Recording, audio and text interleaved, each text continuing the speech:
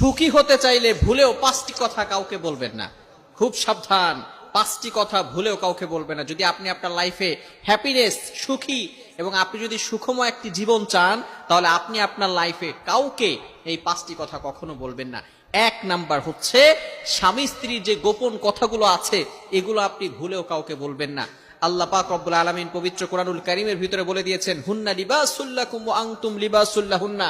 স্বামী স্ত্রী হচ্ছে একজন আরেকজনের পোশাক। সুতরাং কখনো স্বামী স্ত্রী যে গোপন কথাগুলো আছে এগুলো আপনি ভুলেও কাউকে বলবেন না। অনেক সময় কিছু স্বামী এমন আছে তার স্ত্রীর গোপন কথাগুলো এগুলো তার বন্ধুদের কাছে ব্যক্ত করে, ফ্রেন্ড সার্কেল যারা আছে তাদের কাছে বলে দেয়।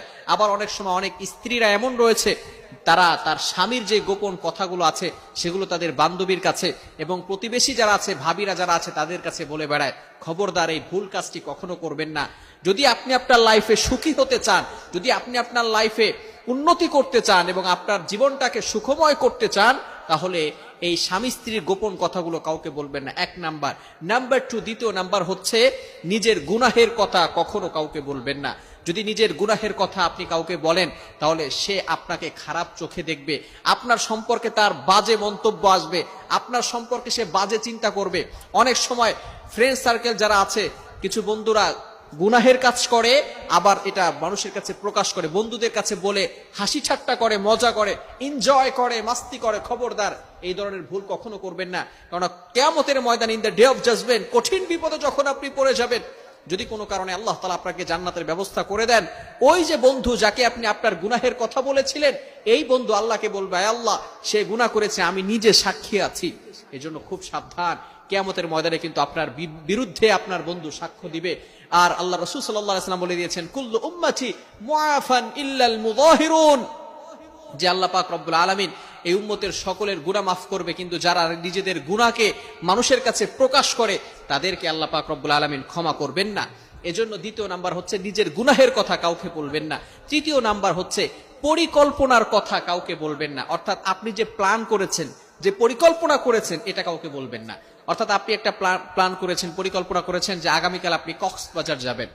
এটা যদি আপনি প্রকাশ করেন, ফেসবুকে স্ট্যাটাস দিয়ে দেন, তাহলে কিন্তু দেখা যাবে কিছু চোর ডাকাত বাটপাররা আছে, এরা আপনার পথে বাধা হয়ে দাঁড়িয়ে আপনার সবকিছু ছিনতাই করে নিতে পারে। একটা এক্সাম্পল দিলাম আর কি।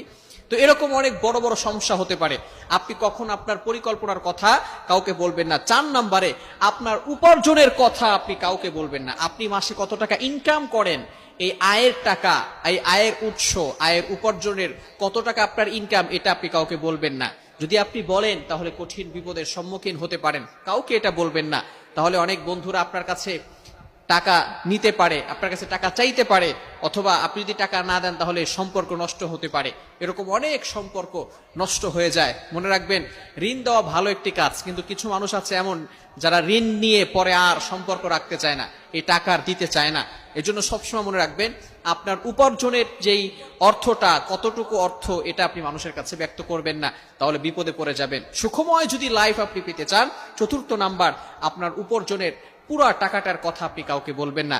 এবং 5ম নাম্বার হচ্ছে আপনি নিজেকে বড়ত্বের দাবি করবেন না। অনেক মানুষ আছে নিজেকে বড় বলে, I am the best person, আমি সবচেয়ে সেরা, আমার থেকে বড় আর কেউ নাই, আমি সবচেয়ে বড়, আমি সবচেয়ে জ্ঞানী, এই ধরনের কথাগুলো বলবেন না। অনেকে আছে নিজের সুনাম নিজে করতে থাকে মানুষের কাছে। খবরদার, এই কথাগুলো কাউকে বলবেন না। এজন্য সুখময় লাইফ যদি আপনি চান, তাহলে এই 5টি কথা কাউকে বলবেন না।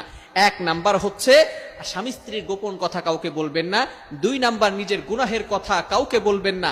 আপনার পরিকল্পনার কথা আপনি কাউকে বলবেন না। 4 নাম্বারে উপার্জনের কথা, আপনি কত টাকা ইনকাম করেন, এটা আপনি কাউকে বলবেন না। 5 নাম্বারে আপনি সবচেয়ে বড় জ্ঞানী, অথবা আপনি যেই হন না কেন, অহংকার কখনো করবেন না এবং নিজের বড়ত্বের প্রকাশ কারোর সামনে করবেন না।